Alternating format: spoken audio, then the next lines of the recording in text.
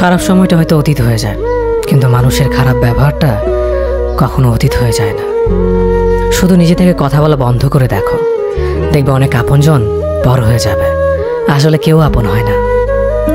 যারা তোমার ক্ষতি চায় তাদের আঘাত করবে না, তাদের সামনে একটু হাসি মুখে বাঁচবে। দেখবে তুমি আঘাত করলে যা কষ্ট পেত, ওরা তার থেকেও বেশি কষ্ট পাবে। যত মিশবে ততই মানুষ চিনবে, অভিনয় যে কত প্রকার হয় তা বুঝতে পারবে। সবাইকে তোমার সত্যতা জানানোর দরকার নেই, যে যা ভাবে তা নিয়ে সমালোচনা করতে দাও। বেঈমান মানুষগুলো কখনো অপরিচিত মানুষ হয় না, খুব কাছের মানুষগুলোই বেঈমান হয়। মানুষ চেনা শুরু করলে এমনিতেই বন্ধুর সংখ্যা কমে যাবে, এটাই বাস্তব। 3টি কথা মনে রাখবেন। যে তোমাকে সাহায্য করে তাকে কখনো ভুলে যেও না, যে তোমাকে ভালোবাসে তাকে কখনো ঘৃণা করো না, যে তোমাকে বিশ্বাস করে তাকে কখনো ঠকিও না।